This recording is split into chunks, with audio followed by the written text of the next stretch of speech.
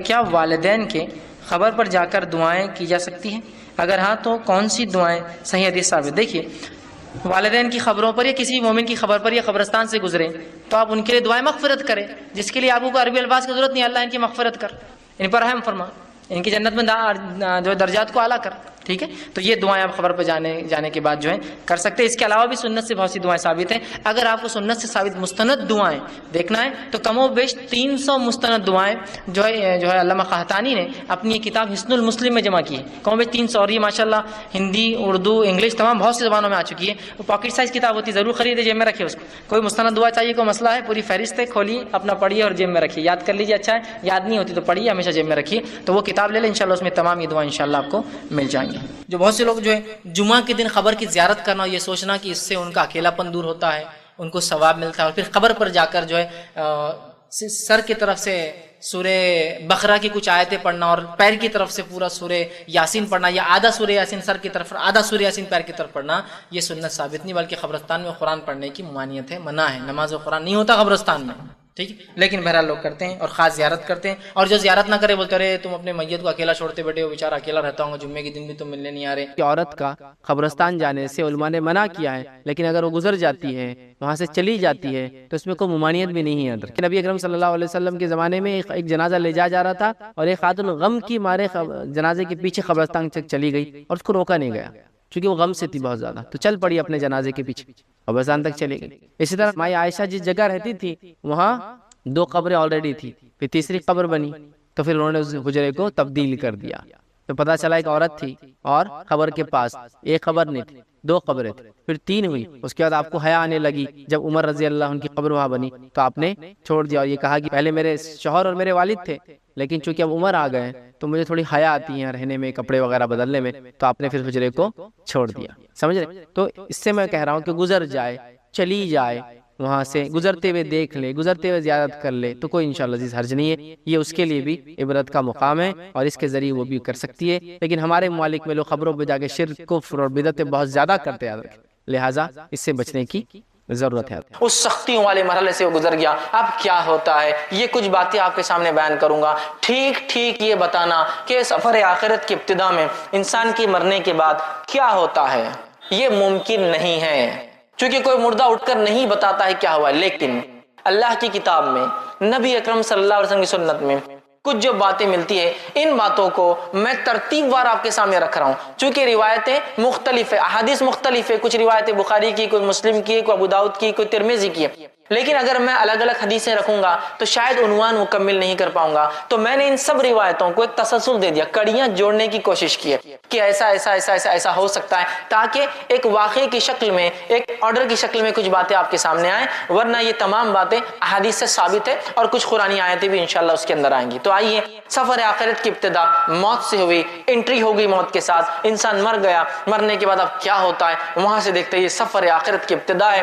نبی اکرم صلی اللہ علیہ وسلم فرماتے ہیں، جب انسان مر جاتا ہے اور اگر وہ نیکوکار ہو تو ہوتا یہ ہے کہ خوبصورت چہرے والے فرشتے آتے ہیں اور انتہائی خوشبودار کفن اس کے لیے لایا جاتا ہے، اور اس کے پاس آتے ہیں، کھڑے ہوتے ہیں اور بشارتیں دیتے ہیں، خوشخبریاں سناتے ہیں. اس کے رب نے اس کے سفر آخرت کے بعد کیا دینے کا وعدہ کیا ہے وہ رکھتے ہیں. اس کی روح مچلتی ہے اور اسے اچھے اچھے ناموں سے پکارتے ہیں، جن اچھے اچھے ناموں سے وہ دنیا میں پکارا جاتا تھا اسے مبارکباد دیتے ہیں اور اس کو خوشخبریاں سناتے ہیں. جو ہی وہ روح خوشخبریاں سنتی ہے وہ مچلنے لگتی ہے سفر آخرت کی ابتدا کے لیے، اور کہتی ہے مجھے جلدی سے نکالو، مجھے جلدی لے کر چلو، تاکہ میں اس چیز کو پالوں جو میرے رب نے سفر آخرت کے بعد میرے لیے رکھی ہے اور جو بشارت تم لوگ دے رہے ہو.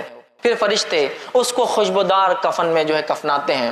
اس کے بعد پہلے آسمان کی طرف لے کر چلتے ہیں. جب پہلے آسمان کی طرف لے کر چلتے ہیں تو پہلے آسمان کے فرشتوں کو اس روح کی جو نیک تھی، جس کا سفر آخرت شروع ہوا ہے، خوشبو آ جاتی ہے، اور ان کو پہلے سے پتہ چل جاتا ہے. جب وہ آتی ہے روح، فرشتے لے کر آتے ہیں تو پہلے آسمان کے فرشتے دروازے کھولتے ہیں آسمان کے، استقبال کرتے ہیں اور کہتے ہیں کہ مبارک ہو تم کو، اللہ نے تمہارے لیے انعامات لکھ رکھے، آؤ اے جو ہے ایسی روح جس نے نیک اعمال کیے. اور اس نیک انسان کی روح کو وہ قبول کرتے ہیں، ایکسیپٹ کرتے ہیں، خوش آمدید کہتے ہیں اور اس کو بشارتیں دیتے ہیں. اور وہ روح جو ہے اس آسمان سے لے کر پہلے آسمان تک پہنچی ہے، کھولے گئے دروازے دوسرے آسمان کی طرف جاتی ہے، اور ہر مرحلے میں ہر آسمان میں یہی بشارتیں دی جاتی ہے اور وہ خوش ہوتی ہے، اور 7ویں آسمان تک اس کی روح لے جائی جاتی ہے، 7ویں آسمان تک اس کی روح لے جائی جاتی ہے۔ پھر اللہ تعالیٰ حکم دیتا ہے اسے واپس اسی جگہ ڈال دو، اس لیے کہ میں اسے دوبارہ اسی سے اٹھاؤں گا۔ پھر اس روح کو لا کر قبر کے اندر ڈال دیا جاتا ہے۔ وہ نیک انسان جب قبر میں ڈال دیا جاتا ہے تو ڈالنے کے بعد وہ نیک انسان جو قبر میں جو ہے بیٹھ جاتا ہے، یاد رکھیے، اور اس کے بعد وہ مرحلہ شروع ہوتا ہے جو بہت سخت مرحلہ ہے، وہ ہے سوال اور جواب کا مرحلہ۔ منکر اور نکیر 2 فرشتے داخل ہوتے ہیں۔ بہت اندازہ لگائیے، مٹی کا گھروندہ ہے قبر، نہ کوئی دیا ہے، نہ کوئی لائٹ ہے، نہ کوئی ایسے ٹمٹما چھوٹی سی روشنی بھی موجود نہیں ہے، اور اس کیفیت میں اس مٹی کے نیچے انسان دبا ہوا ہے۔ دنیا میں چھوٹے موٹے کیڑے مکوڑوں سے لوگ ڈرتے ہیں، اندازہ لگائیے اگر اعمال صحیح نہ کیے تو پھر ڈھیروں من مٹی نیچے دبنا ہے، کوئی ساتھی نہیں، کوئی لائٹ نہیں، کوئی مددگار نہیں، اور اتنی خوف زدہ خوفناک منکر اور نکیر جو قبر مٹی کو پھاڑتے ہوئے آئے۔ اندازہ لگائیے دنیا میں کوئی انسان غصے میں آ جائے تو ہم ڈر جاتے ہیں، وہ پھاڑتے ہوئے آئیں گے اور بجلی جیسی آواز ہوں گی، لیکن نیک انسان آ کر اسے اٹھائیں گے، اور اٹھانے کے بعد اس سے 3 سوال کریں گے۔ اور پہلا سوال کیا جائے گا؟ من ربک، تیرا رب کون ہے؟ نیک انسان اطمینان سے بیٹھیں گا، اور آپ نے فرماتے ہیں کہ سورج غروب ہوتا دکھایا جائے گا۔ یہ سب غائب کی باتیں ہو رہی ہے، قبر کے معاملات سفر آخرت پورا غائب سے متعلق ہے۔ سورج ڈوبتا ہوا دکھایا جائے گا، وہ کہیں گا فرشتوں سوالوں کے جواب میں بعد میں دیتا ہوں، عصر کا وقت جا رہا ہے، سورج ڈوب رہا ہے، میں نماز پڑھ لیتا ہوں۔ فرشتے بتائیں گے یہ قبر ہے، یہاں نماز کی ضرورت نہیں، تو کہیں گے ہاں ٹھیک ہے کنٹینیو کرو، آگے بات کرتے ہیں۔ چونکہ وہ دنیا میں نیکی کا عادی تھا اور بالخصوص نماز کا عادی تھا، لہٰذا قبر میں بھی جب سورج کو ڈوبتا ہوا دیکھتا ہے تو کہہ رہا ہے کہ عصر کا وقت جا رہا ہے، میں پڑھ لیتا ہوں۔ تو اندازہ لگائیے نماز کے کتنے فوائد ہیں۔ بتایا جائے گا نہیں ختم ہو گیا، نماز کا سلسلہ نہیں ہے، اعمال ختم ہو گئے، جو ہو گئے ہو گئے، اب تم لہٰذا بیٹھو اور جواب دو۔ تو جب پہلا سوال کیا جائے گا وہ کہیں گا میرا رب اللہ ہے۔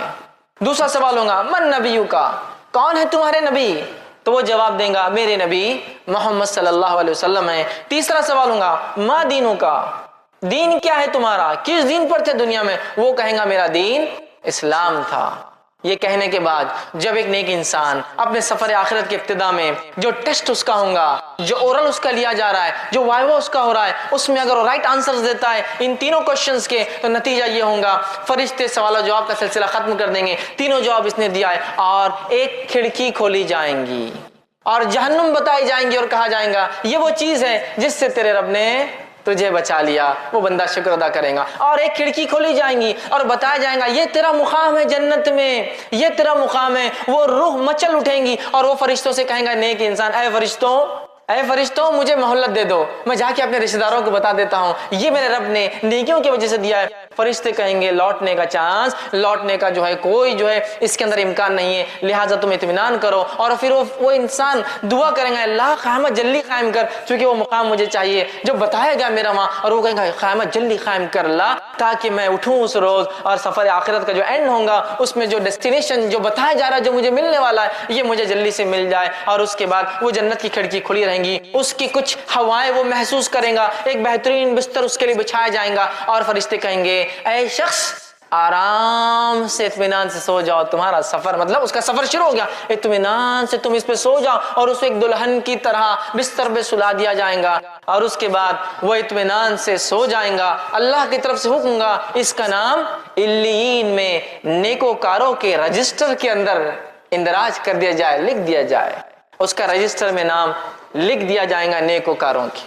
آئیے اس کے بالمقابل وہ انسان جو گناہ کرتا تھا، معصیت، جرم، کفر، شرک، نفاق، اس کی زندگی اس میں گزری، اس شخص کی موت کیسی آتی وہ بھی دیکھیے، اس کا سفر آخرت سٹارٹ کیسا ہوتا وہ بھی دیکھتے ہیں ہم۔ اللہ رب العزت ہم پر رحم کرے اور ہماری حفاظت کرے۔ بہت سخت سفر ہے، ویسے موت کی ہولناکی کتنی خطرناک تھی، لیکن ایک جو گناہ گار انسان ہوتا ہے اس کے پاس فرشتے جب اس کی روح کا وقت آتا ہے پہلے تو کہتا مہلت دی جائے، چھوٹ ڈھیل دی جائے، کہا جاتا ڈھیل نہیں ہے۔ اس کے بعد فرشتے جو کہ انتہائی گھٹیا صورتوں میں، بری صورتوں میں آتے ہیں، اور انتہائی بدبودار ٹاٹ کا ایک اس کے لیے کفن لاتے ہیں، اور لانے کے بعد کہتے ہیں کہ اے مغضوب روح، اللہ کا تجھ پر غضب ہونے والا ہے، تو نے گناہ اور معصیت کے، نکل، تیرا مقام یہ ہے۔ چونکہ جیسا نیک آدمی کو بشارت دی جاتی ہے، اس کو اس کا مقام کے تعلق سے بشارت دی جاتی ہے، نکل تجھے یہاں جانا ہے۔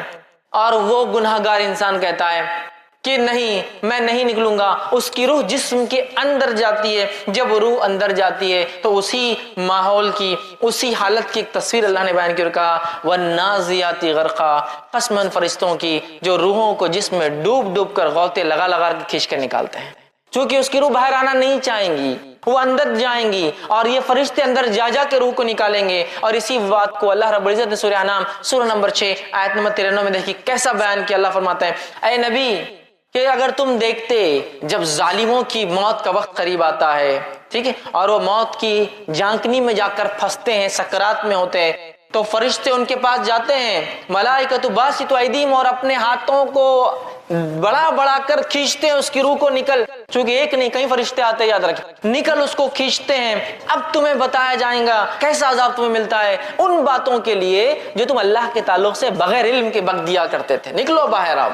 تو فرشتے ڈوب ڈوب کر نکالیں گے، فرشتے کھینچ کر نکالیں گے، وہ سفر کے لیے راضی نہیں ہوں گی، وہ روح وہ اندر گھسیں گی، فرشتے جب نکالیں گے، نبی اکرم صلی اللہ علیہ وسلم فرمایا کیسی تکلیف ہوں گی اس شخص کو جس کی روح جو گناہگار ہوں گا، جیسے ایک بھیڑ ہو، بھیڑ سمجھتے نا شیپ، بھیڑ ہو، اس کی اون کتنی گتھیاں ہوتی ہیں اس میں، وہ اگر گیلی ہو اور اس پر کوئی کانٹے دار چھڑی لے اور اس کو گھمائے جس میں بال اٹک جائے اور پھر اس کو کھینچ کر نکالے، اس قسم کی شدید تکلیف وہ محسوس کرتا ہے، اور اس کی جلد جو ہے جیسا نکلتی ہے تکلیف محسوس کرتا ہے اور تکلیف محسوس کرتا ہے، لیکن اسے فرشتے نکالتے ہیں بدبودار نہایتی گندے ٹاٹ کے اندر اسے لپیٹتے ہیں، لپیٹنے کے بعد پہلے آسمان پہ لے جاتے ہیں، پہلے آسمان کے فرشتے کہتے ہیں اس مغضوب روح کے لیے آسمان کے دروازے نہیں کھولے جائیں گے، واپس چلی جاؤ، اور اس انسان کو فرشتے انتہائی گھٹیا گھٹیا ناموں سے پکاریں گے جس سے دنیا میں چڑھتا تھا اور نفرت کرتا تھا۔ خبر میں آنے کے بعد وہی ہولناکی منکر اور نکیر ظاہر ہوں گے جن کی آواز بجلی کی کڑک جیسی ہوں گی، اور آ کر سوال کریں گے اس سے اور کہیں گے من ربکا، تیرا رب کون تھا؟ کافر کہیں گا ہا لا ادری، مجھے نہیں پتا میرا رب کون تھا، مجھے نہیں پتا، جواب نہیں دے پائیں گا۔ دوسرا سوال ہوگا من نبیکا، نبی کون تھے، تیرا نبی کون ہے؟ کافر کہیں گے ہا لا ادری، مجھے تو نہیں معلوم کون میرے نبی ہے، جواب نہیں دے پائیں گے۔ تیسرا جو سوال ما دینکا، تیرا دین کیا ہے؟ کافر کہیں گا ہا لا ادری، مجھے اس کا بھی جواب نہیں معلوم۔ اس کے بعد وہ جواب نہیں دے پائیں گا کوئی چیز کا، مطلب تینوں سوالات میں وہ فیل جائیں گا، اور اس کے بعد فرشتے ایک کھڑکی کھولی جائیں گی، جنت دکھائی جائیں گی اور کہا جائیں گا یہ وہ چیز ہے جس سے تو محروم رہا، اور ایک کھڑکی کھولی جائیں گی، جہنم میں اس کا مقام بتایا جائیں گا اور کہا جائیں گا یہ وہ مقام ہے جہاں تجھے جانا ہے، اور وہ شخص وہ اس کی روح کہیں گی اے اللہ قیامت تو کبھی قائم مت کر، چونکہ ابھی یہ تکلیف ہے، وہ مقام کتنا سخت ہوگا، ٹھیک ہے، قیامت قائم نہ کر، اور ایک آنکھ کا بستر اس کے لیے لایا جائیں گا، آنکھ کا لباس، فائر کا اس کے لیے ایک بستر، آنکھ کا لباس لایا جائیں گا، اور وہ لباس اس کو پہنا دیا جائیں گا، اسے اب آنکھ کے بستر پہ سونا ہے، آنکھ کا لباس پہننا ہے، جب اسے لٹایا جائیں گا، ایک انتہائی بدصورت قسم کا انسان اس کی خبر میں آئے گا، وہ کہیں گا تم کون ہو؟ وہ کہیں گا میں تیرے اعمال ہوں جو تو دنیا میں کیا کرتا تھا، اللہ کی طرف سے حکم گا، اس کا نام سجین میں، اس کا نام رجسٹر میں اندراج کر لو، رجسٹر میں لکھ لو، سجین میں ان لوگوں کے رجسٹر میں جو گناہگاروں کا رجسٹر ہے، جو قید خانہ ہے، جو جیل ہے، اس میں اس کا نام لکھ دو، اس کا نام رجسٹر کر لیا جائے گا اس معاملے میں، اور وہ قیامت تک تکلیف کے اندر لیٹنے والا ہے۔ ان مرحلوں پہ تھوڑا غور کیجیے، کیسا عجیب سفر ہے، کیسی خطرناک ابتدا ہے، اور ہماری اس کے لیے کیا تیاری ہے، یہ سوچنا سب سے امپورٹنٹ پوائنٹ ہے، سب سے اہم معاملہ ہے، یہ نقطہ سب سے اہم ہے۔ آج دنیا کی زندگی میں ہم اتنے غرق ہیں کہ ہمیں کچھ نہیں سمجھ میں آتا سوائے مال دولت، بیوی بچے، گھر جائیدادیں، اچھی اچھی گاڑیاں اور اسٹیٹس اور مقام، اس کے علاوہ ہم کچھ نہیں کرنا چاہتے، یاد رکھیے کچھ نہیں کرنا چاہتے۔ یہ سفر کیسے طے کریں گے؟ اگر آپ ایک سفر کر کے جاتے ہیں کسی دوسرے شہر میں اور اس ہوٹل کے اندر گدا برابر نہ ہو، روئی برابر بھری نہ ہو، یا پھر گدا اسپیشل ٹیکنالوجی سے اگر بنا ہوا نہ ہو، تو صبح اٹھ کے ہم کہتے ہیں پیٹ ساتھ نہیں دے رہی ہے، آج کام برابر نہیں ہوگا۔ اندازہ لگائیے اس چیز کا جو گناہگار کے ساتھ ہو رہی ہے، آنکھ کا بستر، آنکھ کا لباس، کس قسم کی تکلیف ہے۔ تو یہ سفر آخرت کو ہم معمولی نہ سمجھے، اگر اس کے ابتدائی مرحلے ایسے ہیں تو اگلے مراحل کیسے ہوں گے ہم اندازہ لگا سکتے ہیں، یاد رکھیے۔ تو لہٰذا یہ بد اور نیک کا تھا۔ اب ایک معاملہ یہاں جو ہو رہا ہے اعمال،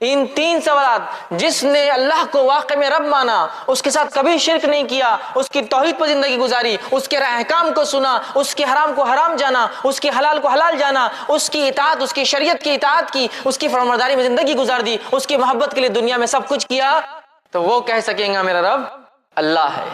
اللہ ایک لفظ ہے نا صرف، کیوں نہیں کہہ سکوں؟ نہیں کہہ سکیں گے جس کی زندگی اس پہ نہیں چلی ہو۔ ہم شرک، کفر، معصیت، احکام کو توڑنا، حرام میں زندگیاں ڈوبی ہوئی ہے، من مانی زندگیاں گزار رہے ہیں، نہیں اللہ تعالیٰ پھر بھی ہم کو یہ نہیں، یہ لفظ نہیں آئیں گا زبان پہ، یاد رکھیے، یہ تو اسی کے زبان پہ آئیں گا جس کی زندگی اللہ کو رب مانتے ہوئے گزری ہو اور اللہ کو رب مانتے ہوئے دنیا سے چلا گیا ہو، یاد رکھیے۔ اور اسی رب کے لیے اس نے لوگوں سے رشتے توڑے، اسی رب کے لیے لوگوں سے اس نے لڑائیاں کی، اسی رب کی خاطر دوستی ہوئی، اسی رب کی خاطر دشمنی ہوئی، اسی کی خاطر حرام کو چھوڑا، اسی خاطر حلال کو کیا۔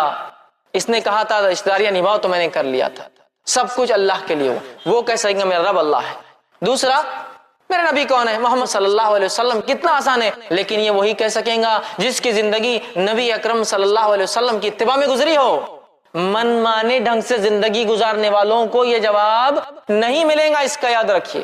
جس نے جو سنت کو بالائے طاق رکھا، سنت کیا ہے، کر لیے تو عمل ٹھیک، نہیں کرے تو چلتا، ماحول بنا دیا گیا، یہ سنت پہ عمل کرے تو ٹھیک، نہیں کرے تو چلتا ہے، ایسا کوئی مسئلہ نہیں، اتنا ماحول بنا دیا گیا آج۔ یہ سنتوں کو مذاق سمجھ رہے ہیں، سنتوں کا انکار کرنا فیشن بن چکا ہے آج کل، معلوم، ارے یہ حدیث تو میرے پلے نہیں پڑ رہی بھائی، سمجھ میں نہیں آ رہی، رد، ارے یہ حدیث تو مجھے سمجھ میں نہیں آ رہی، رد، ارے یہ حدیث تو اس کے خلاف دکھ رہی مجھے، رد، ارے یہ حدیث میں تو فلاں، رد۔ مطلب تمہاری عقلیں جانچیں گی اب سنت کو، سنت کا انکار کیا پوری زندگی، من مانی زندگی گزاری، تو پھر کیا وہ یہ کہہ سکیں گا میرے نبی محمد صلی اللہ علیہ وسلم ہے؟ یاد رکھیے، جو نبی اکرم صلی اللہ علیہ وسلم کی محبت کرتا ہے، محبت کا تقاضا اطاعت اور فرمانبرداری، یاد رکھیے، اس لیے کہ آپ صلی اللہ علیہ وسلم نے فرمایا کہ جس نے میری سنت سے محبت کی اس نے مجھ سے محبت کی، من احب سنتی فمن احبنی، اس نے مجھ سے محبت کی، ومن احبنی کان معی فی الجنہ، اور جس نے مجھ سے محبت کی میرے ساتھ جنت میں ہوگا۔ نبی اکرم صلی اللہ علیہ وسلم کی سنتوں سے محبت کرنا ہے اور اپنی زندگی کو سنتوں کے مطابق ڈھالنا ہے، پھر چاہے میرا سماج اور معاشرہ کچھ بھی بکے میرے بارے میں تو ایسی زندگی جوں گا۔ یہی صحابہ کا طرز تھا، یہی ان کا طریقہ تھا، اسی پہ زندگی گزاری، اور ایک ایک سنت تو کیسے مانتے تھے۔ بہت بڑا واقعہ سنانے کا وقت نہیں ہے، ایک واقعہ سنا تو عبداللہ ابن عمر رضی اللہ عنہما سفر کو نکلتے، حج کو سفر کو جاتے ہیں، ایک مقام پہ اونٹ رکتے ہیں، دوسرے تابعین سوچتے ہیں چونکہ جو ان کے ساتھ تھے سیکھنا چاہتے تھے، کیوں تو انہوں نے اللہ کے رسول صلی اللہ علیہ وسلم کے ساتھ حج کیا تھا کہ کیا کیا حج میں ہوتا ہے۔ لوگوں کو لگا شاید عبداللہ اب نماز عصر پڑھیں گے، سب اترے، عبداللہ ابن عمر رضی اللہ عنہ ایک مقام پہ گئے، وہاں جا کر ایسے بیٹھے جیسے استنجا پیشاب کرنے کو بیٹھتا ہے، وہاں استنجا کے لیے بیٹھے، بیٹھ کر اٹھے۔ لوگوں نے کہا کہ ہم یہ وضو کر کے نماز نہیں پڑھیں گے، اور آپ نے تو پیشاب بھی نہیں کیا، بس بیٹھ کے آگے، تو کہا نہیں، نہ ہم نماز پڑھیں گے نہ ہی عصر کریں گے۔ تو نبی اکرم صلی اللہ علیہ وسلم، کیونکہ عصر تو اس مقام پہ پڑھی، تو کہا پھر یہاں کیوں رکے ہو؟ تو کہا نبی اکرم صلی اللہ علیہ وسلم کے ساتھ میں حج کے سفر پہ تھا، آپ صلی اللہ علیہ وسلم یہاں استنجا فارغ ہوئے تھے، مجھے آیا تو نہیں تھا، پھر بھی میں بیٹھنا پسند کرتا ہوں یہاں۔ کیسی اتباع ہے، یہ ہے محبت، یہ ہے اطاعت کہ نہیں سمجھ میں آ رہا ہم کو کیوں نبی نے کیا، بس کیا ہم کر رہے ہیں اس کو، یہ محبت ہے، یہ تھا ان کا عمل، سنتوں سے یہ محبت تھی۔ یاد رکھیے آج ہمارا کیا ہے، سنت تو ہے نا، چلتا ہے، سنت تو ہے نا، دیکھا جائے گا، ارے بھائی سنت ہی ہے نا، فرض تھوڑی ہے، یہ حال ہم نے بنا دیا ہے۔ تو کیا ایسا شخص یہ کہہ سکے ہاں میرے نبی محمد؟ نہیں کہہ سکیں گا، یہ وہی کہیں گا جس کی زندگی عین سنت پر گزری ہو، یا کم از کم گزار نہ سکا ہو تو تڑپ رکھتا تھا شدید کہ اللہ موقع ملے تو میں گزاروں، چونکہ دنیا کے ایسے کئی علاقے ہیں جہاں سنت پہ عمل کرنا مشکل ہی نہیں ناممکن ہوتا ہے، تڑپ رکھا تھا اس نے کم از کم۔ تیسرا سوال کتنا آسان، ما دینوں کا، تیرا دین کیا ہے؟ میرا دین اسلام ہے، کس کو نہیں پتا؟ کس کو نہیں پتا مجمع میں سے؟ سب کو پتا ہے، لیکن یہ جواب اسی کے منہ سے نکلے گا جس کی زندگی اسلام کے مطابق تھی، جس کا پیدا ہونا اسلام کے مطابق تھا، جس کی شادی اسلام کے مطابق تھی، جس کا مرنا اسلام کے مطابق تھا، جس کا اٹھنا اور بیٹھنا اور کھانا اور پینا سارے اعمال اسلام کے مطابق تھے، جس کی شرم حیا لباس سارا اسلام کے مطابق تھا۔ یہاں تو پوری زندگی منمانی، شادی اپنے ڈھنگ سے، میت اپنے ڈھنگ سے، پیدائشی اپنے ڈھنگ سے منمانی کرتے ہیں۔ اسلام تو تب آتا ہے جب جھگڑے کی بات آتی ہے نا، اسلام تو تب آتا ہے جب طلاق کی بات آتی ہے، شادی تو منمانے ڈھنگ سے ہوتی ہے، طلاق ہی سنت کے مطابق ہوتی ہے۔ حالت تو یہ ہے،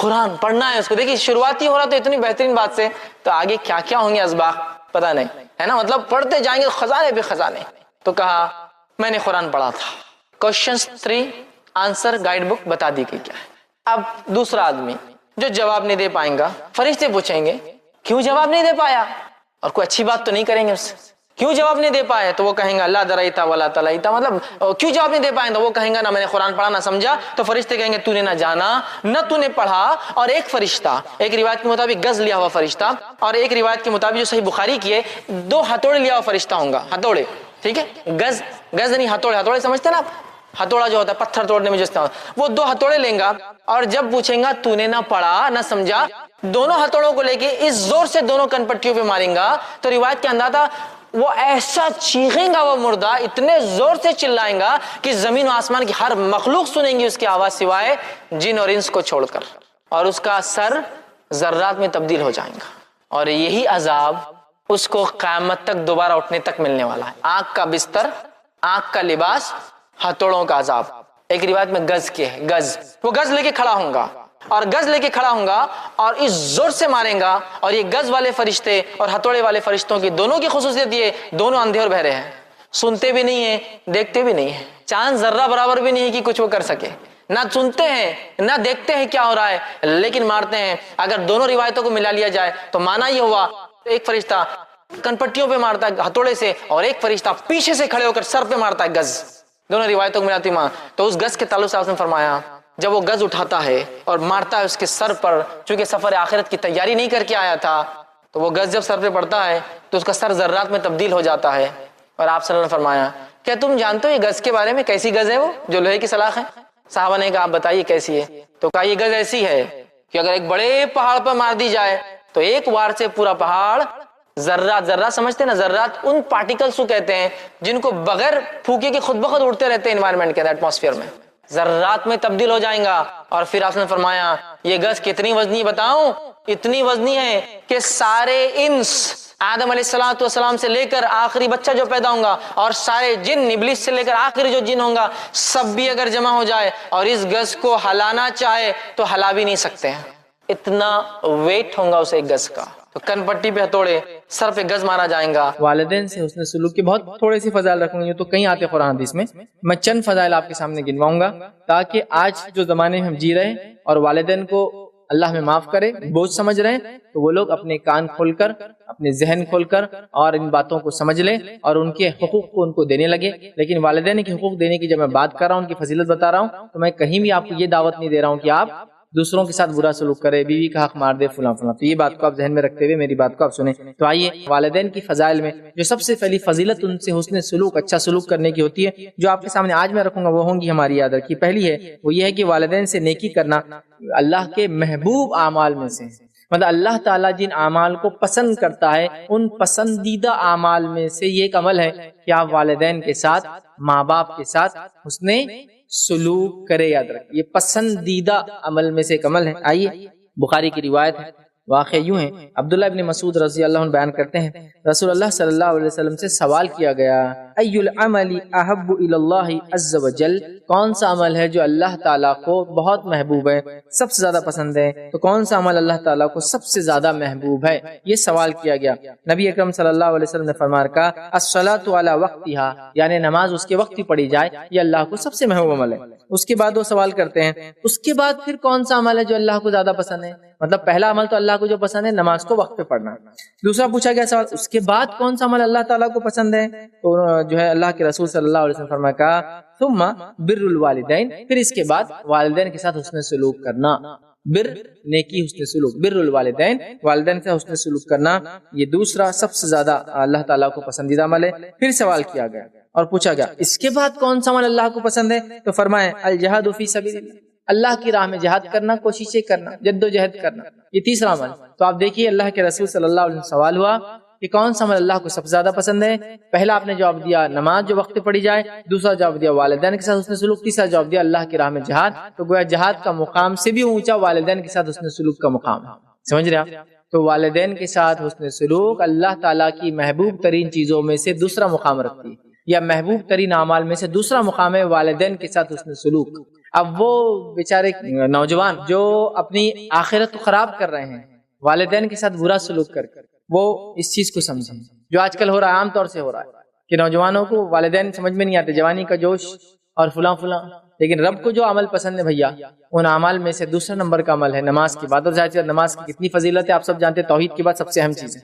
تو دوسرا عمل جو معاملہ ہے والدین حسن سلوک، اور یہ ہم یہ کہہ سکتے ہیں کہ بندوں کے اندر سب سے پہلا آ گیا نا، نماز تو اللہ کے لیے ہوگی، دوسرا آپ کہہ رہے ہیں والدین کے ساتھ حسن سلوک، مطلب بندوں کے معاملے میں آئے تو آپ نے والدین کو لا لیا، پھر دیکھیے اللہ کے حق کے بعد پھر والدین کا حق ہے، نماز اللہ کا حق ہے، حسن سلوک والدین کا پہلا حق ہے دنیا میں، سمجھا؟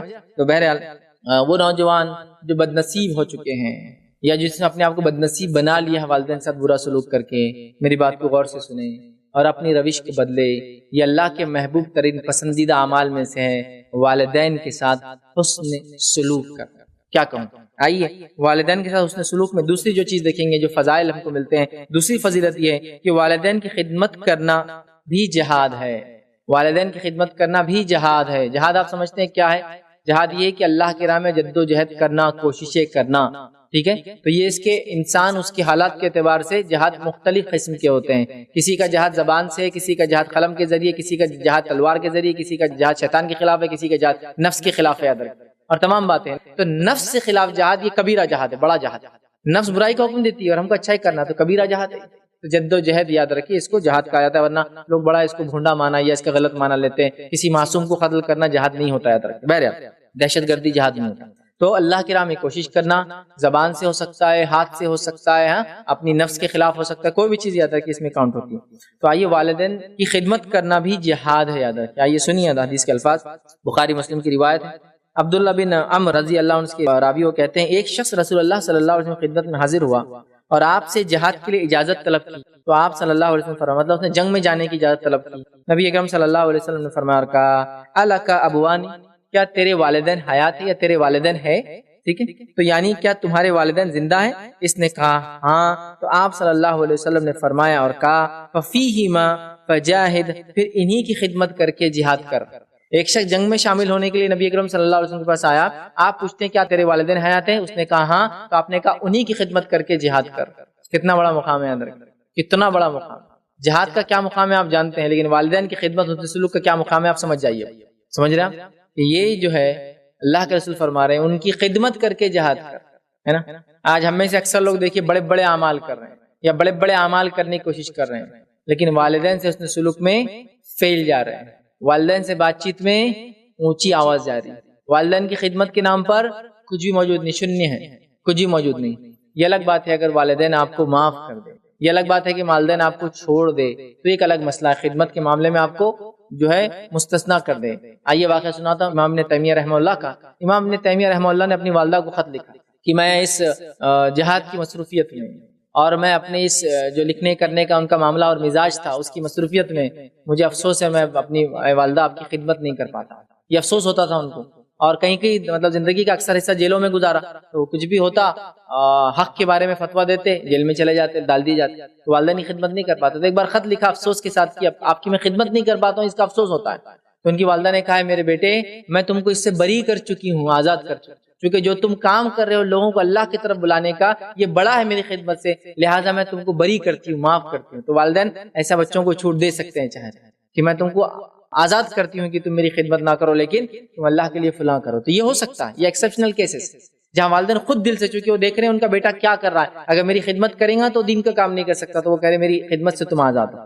لیکن پھر بھی امام ابن تیمیہ کو برا لگتا تھا کہ اپنی والدین کی خدمت نہیں کر پا رہے ہیں، مصروفیت کی وجہ سے، جنگوں کی وجہ سے، جیلوں میں رہنے کی وجہ سے، لکھتے تھے جیل میں ڈال دیے جاتے تھے، فتویٰ دیتے تھے جیل میں ڈال دیے جاتے تھے، تو نہیں کر پاتے تھے خدمت۔ تو بہرحال وہ مصروف ہوتے تھے، تو والدین چھوڑ سکتے ایک الگ بات ہے، لیکن ہم کو کرنا یاد رکھیے، اور یہ جہاد ہے ہمارا، یاد رکھیے ان کی خدمت کرنا۔ ایک دوسری روایت صحیح مسلم کی روایت ہے، عبداللہ بن عمر رضی اللہ بیان فرماتے ہیں کہ ایک شخص رسول اللہ صلی اللہ علیہ وسلم کے پاس حاضر ہوا اور اس نے کہا میں ہجرت اور جہاد پر آپ کی بیعت کرنا چاہتا ہوں، مطلب میں ہجرت بھی کرنا چاہتا ہوں اور جہاد بھی کرنا چاہتا ہوں۔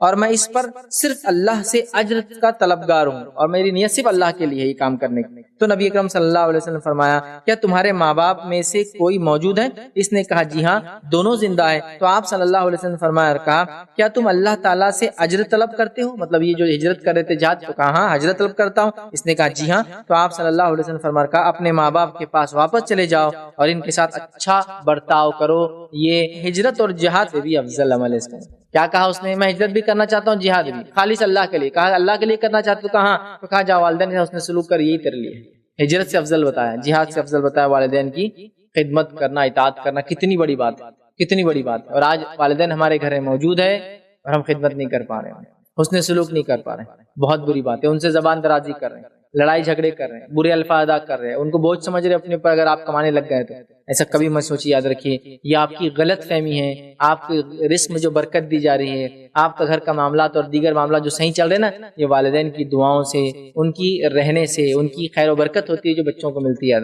یہ تب انسان محسوس کرتا ہے جب والدین ساتھ ہوتے ہیں، پھر دنیا سے چلے جاتے ہیں، اور فرق کر سکتا ہے وہ زندگی اور یہ زندگی۔ یہ بہت بڑی نعمت ہے، یاد رکھیے اس چیز کو آپ سمجھیں۔ تیسری فضیلت یاد رکھیے والدین سے حسن سلوک کی، کیا وہ یہ ہے والدین کی خدمت کرنا جنت میں لے جانے والا عمل ہے۔ کتنے فضائل ہیں دیکھیے یہ شخصیات کی، والدین کی، ان سے اچھا سلوک کرنا یہ جو ہے جنت میں جانے کا باعث ہے۔ آئیے معاویہ بن جاہمہ رضی اللہ عنہ فرماتے اور کہتے ہیں رسول اللہ صلی اللہ علیہ وسلم کے پاس وہ خود گئے اور کہنے لگے اے اللہ کے رسول صلی اللہ علیہ وسلم میں جہاد کرنا چاہتا ہوں، آپ صلی اللہ علیہ وسلم سے مشورہ لینے آیا ہوں۔ آپ صلی اللہ علیہ وسلم فرمایا کیا تمہاری ماں زندہ ہے؟ اس نے کہا ہاں، مطلب انہوں نے کہا ہاں میری والدہ زندہ ہے۔ تو آپ نے فرمایا ماں کی خدمت میں لگے رہو کیونکہ جنت اس کی قدموں کے پاس ہے۔ جہاد کے لیے آئے، آپ نے کہا ماں زندہ ہے؟ تو کہاں زندہ ہے؟ تو کہا جا کے اس کی خدمت کرتے رہو، جنت اس کی قدموں کے پاس ہے، یاد رکھیں۔ اور یہ جو ہے سنن نسائی کی روایت ہے، یاد رکھیں۔ اب آئیے ایک دوسری روایت انہی کی ہے، تھوڑے الگ الفاظ سے۔ اس روایت کے اندر الفاظ کیا ہے کہ رسول اللہ صلی اللہ علیہ وسلم کی خدمت میں حاضر ہوا اور آپ سے جہاد کے بارے میں مشورہ طلب کیا۔ تو آپ نے پوچھا کیا تمہارے والدین زندہ ہیں؟ میں نے کہا جی ہاں۔ آپ نے فرمایا جاؤ انہی کی خدمت میں لگے رہو کیونکہ جنت ان کے قدموں کے نیچے ہے۔ وہاں کہا پہلی روایت میں پاس ہے، ترمذی کی روایت میں کہا جنت ان کے قدموں کے نیچے ہے، یاد۔ تو پتہ چلا جنت والدین کے قدموں کے نیچے ہے نا۔ اور ہم جنت کو نہ جانے کہاں کہاں تلاش کریں۔ اب قدموں کے نیچے ہے بولے تو آپ جا کے ماں کی قدم کے نیچے، باپ کی قدم کے نیچے دیکھیے، مانا نہیں ہے۔ مطلب یہ ہے کہ ان کی خدمت کر لو، یہ چلتے پھرتے تمہارے جنت کے ضامن بن جائیں گے۔ ان کی خدمت کر لو، ان کو منا لو، جنت میں چلے جاؤ، سمجھ رہے ہیں؟ یہ اس کا معنی ہے، تو جنت ان کے قدموں کے نیچے، یاد رکھیں۔ اسی طرح ایک اور روایت ہے، ابو ہریرہ رضی اللہ عنہ فرماتے اور کہتے ہیں حدیث کے الفاظ اس طرح سے، آپ نے فرمایا اس شخص کی ناک خاک میں ملے، اس شخص کی ناک خاک آلود ہو، مطلب نبی اکرم صلی اللہ علیہ وسلم نے برائی اور بددعا کے الفاظ استعمال کیے 3 بار۔ اس شخص کی ناک خاک آلود ہو، اس کو مٹی لگو، مٹی پڑو، اس شخص کے لیے 3 بار الفاظ ادا کیے۔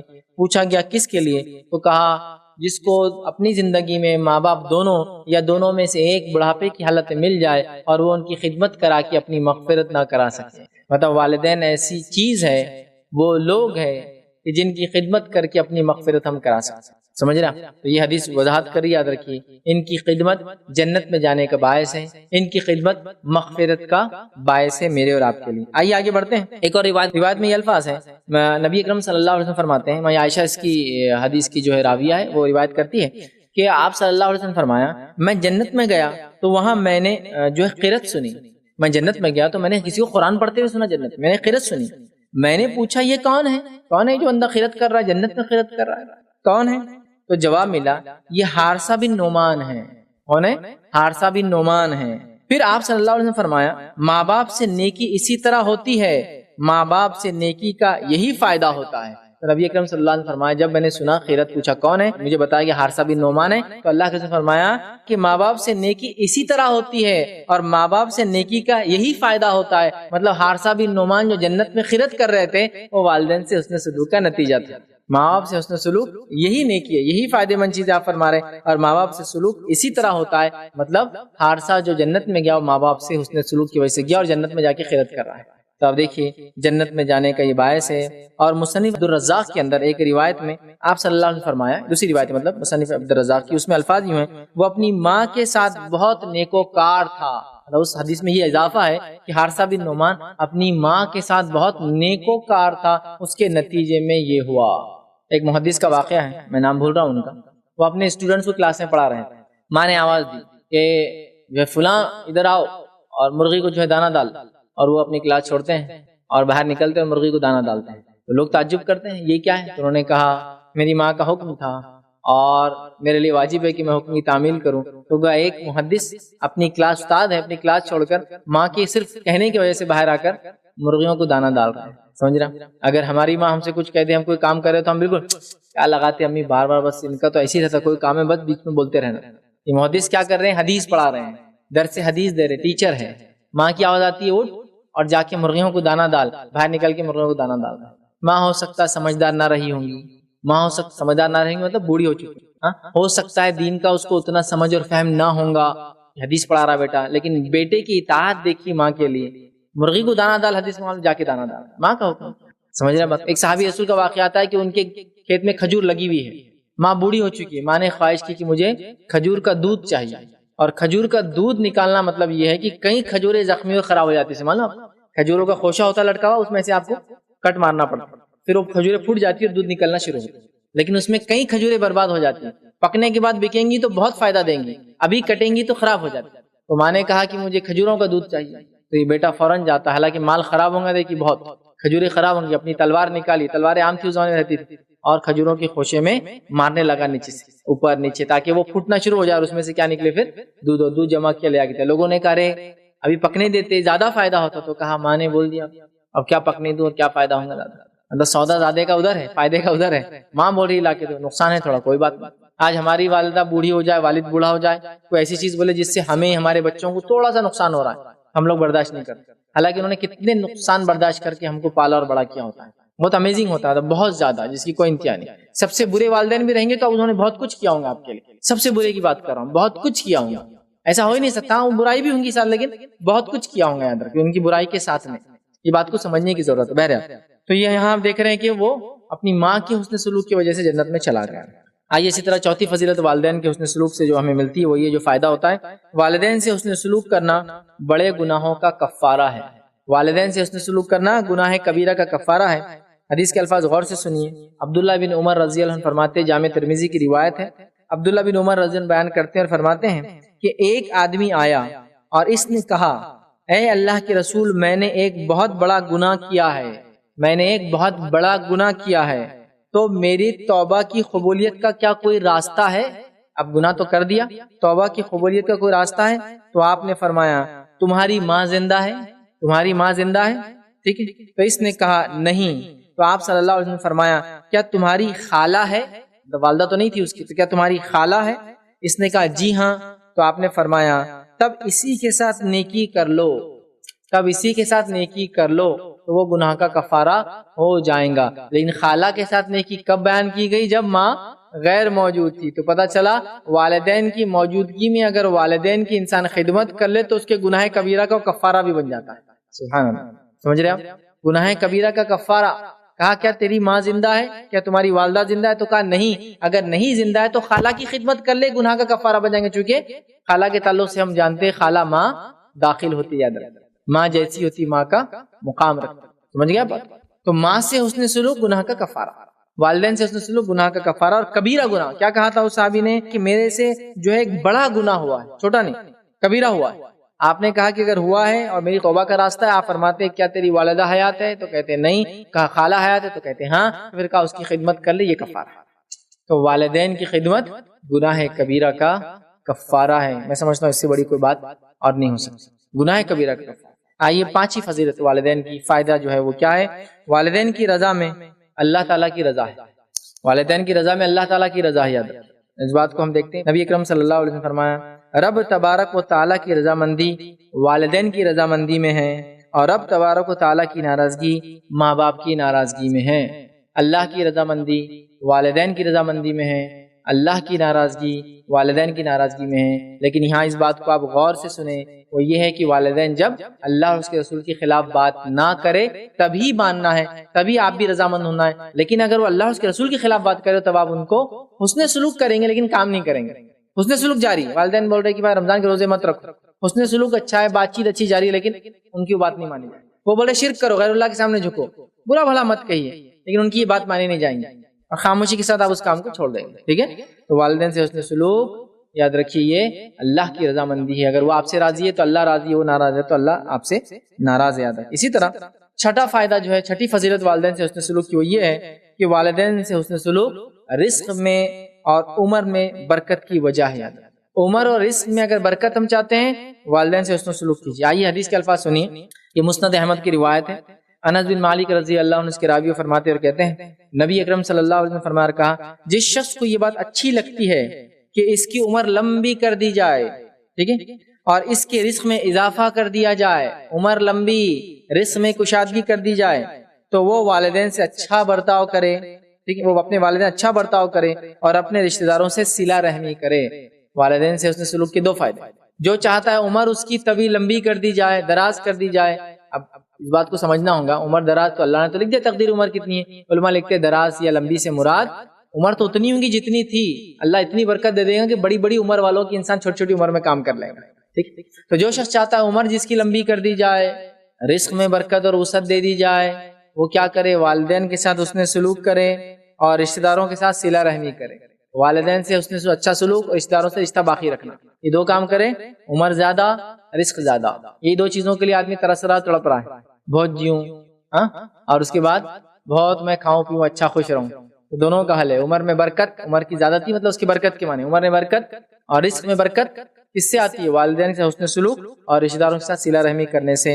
یہ دو بڑے فائدے ہوتے ہیں، یاد رکھیں. آئیے والدین سے حسن سلوک کا ایک اور فضیلت دیکھتے ہیں، اور یہ ساتھی فضیلت ہے والدین سے حسن سلوک کی، اور وہ یہ ہے والدین کی خدمت کرنے والے شخص کی دعا قبول ہو جاتی ہے. والدین کی خدمت کرنے والے شخص کی دعا قبول ہو جاتی ہے. بہرحال واقعہ بہت مشہور اور معروف ہے، آپ سب نے سنا ہوگا، صحیح مسلم کی روایت ہے.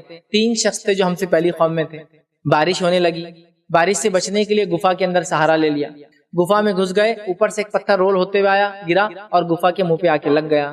تینوں نے کہا کہ اب تو بہرحال اللہ تعالیٰ یہ نجات دے سکتا ہے اس مصیبت سے، کیسے نجات حاصل کی جائے؟ تو کہا ہم تینوں کوئی ایک ایسا کام جو خالص اللہ کے لیے ہم نے کیا تھا اس کو وسیلہ بناتے ہیں اور اس کے وسیلے سے دعا مانگتے ہیں. اور یہ وسیلہ مطلب اس طرح کا وسیلہ لینا شریعتاً جائز ہے. یاد رکھیں، تو ہم ایک ایک اپنے عمل کو وسیلہ بناتے ہیں نیک جو خالص اللہ کے لیے کیا تھا تاکہ یہ مصیبت ہٹ جائے. اس میں سے پہلا شخص کہتا ہے، اے اللہ، میں چرواہا تھا، میں بکریاں چرایا کرتا تھا، اور بکریاں چرانے کے بعد اپنی بکریوں کو لا کر سب سے پہلے دودھ نکال کر والدین کو دودھ پلاتا، اس کے بعد اپنے بچوں کو دیتا. مطلب پتہ چلا والدین کو ترجیح دینا اپنے بچوں اور بیویوں پر یاد. تو میں ترجیح دیتا تھا، دودھ پلاتا تھا. ایک دن میں لیٹ ہو گیا، دیر ہو گئی، تاخیر ہو گئی، آیا بکری کا دودھ نکالا. میرے بچے حالانکہ بھوکے تھے اور بھوک سے وہ پریشان تھے، کچھ تو رو بھی رہے تھے، لیکن پھر بھی میں انتظار کرتا رہا تاکہ وہ جاگے. جب وہ جاگے، مطلب ان کے جاگنے تک میں ان کے پاس کھڑا دودھ لے کر. جب وہ جاگے میں نے ان کو دودھ پلایا اور دودھ پلانے کے بعد پھر اپنے بچوں کو دودھ پلایا. اے اللہ، یہ عمل میں نے تیرے لیے خالص کیا تھا، تو اس مصیبت کو ہم سے دور کر دے. اور پتھر تھوڑا سا سرک گیا، ہے نا. تو یہ پتہ چلا اپنے اعمال کا وسیلہ ہم لے سکتے، نیک اعمال کا جو خالص اللہ کے لیے ہم نے کیا تھا. اور ایسی جگہوں پر ایسا وسیلہ لیا جا سکتا ہے جن جگہوں میں اللہ نہ کرے آپ جا کر بند ہو جائے، کیونکہ ان کے ساتھ مصیبت بند ہو گئے تھے، راستہ پیک ہو گیا ہے نا. تو وہ اپنے ایسے اعمال کا وسیلہ اس وقت ہم لے سکتے. اللہ نہ کرے کوئی مائنس میں کام کرتا ہے، مائنڈ بند ہو گیا، اچانک کولیپس ہو گیا اندر تو لوگ تو اندر ہیں، باہر سے منہ بند ہو جاتا ہے. یہ طریقہ ہے پھر، کیونکہ وہ لوگوں نے ایسی مصیبت پہ مانگا تھا جبکہ ان کا راستہ ہی بند ہو گیا تھا، گفا میں بند تھے بیچارے. اللہ تعالیٰ نے ہٹا دیا. پھر دوسرے آدمی نے دوسری دعا کی، وہ تھوڑا ہٹا. تیسرے نے تیسرا وسیلہ مانگا، تھوڑا ہٹا، پورا ہٹا. اتنا ہٹ گیا کہ تینوں باہر نکل گئے. سمجھ گیا بات؟ تو یہاں والدین سے اس نے سلوک دعا قبول ہونے کے لیے وسیلہ بنا. سمجھ رہا؟ کتنی بڑی بات ہے، یاد رکھ، کتنی بڑی بات. آئیے آگے بڑھتے ہیں. 8ویں فضیلت دیکھیں گے، والدین سے حسن سلوک کرنا جو ہے نفلی عبادت پر مقدم ہے. نفلی عبادت پر مقدم ہے. آئیے واقعہ، ویسے تو والدین کی یا والدہ کی بد دعا کا ہے، لیکن اس سے ایک بات پتہ چلتی ہے کہ ان کی اطاعت فرمانبرداری نفلی عبادت سے افضل ہے. آئیے واقعہ کیا ہے؟ واقعہ اس طرح سے صحیح بخاری کی روایت ہے اور بھی الگ الگ الفاظ سے دیگر کتابوں میں آتا ہے. واقعہ یوں ہے کہ ہم سے پہلے لوگوں میں، بنی اسرائیل میں، یا ہم سے پہلے لوگوں میں، ابو ہریرہ رضی اللہ عنہ اس کے راوی فرماتے کہتے ہیں 3 بچوں کے سوا، مطلب اللہ کے رسول نے فرمایا 3 بچوں کے سوا ماں کی گود میں سے کسی نے گفتگو نہیں کی. 3 ہی بچے ایسے تھے جنہوں نے ماں کی گود میں بات کی، جبکہ بچے بات نہیں کرتے، 2 4 5 10 دن کے بچے. ٹھیک ہے. اور عیسیٰ ابن مریم، ٹھیک ہے، عیسیٰ علیہ السلام نے، اور فرمایا صاحب جریج نے، جریج کے زمانے کے ایک بچے نے. ٹھیک ہے. اب واقعہ کیا ہے؟ یہ کون جریج ہے جن کے زمانے کے بچے نے بات؟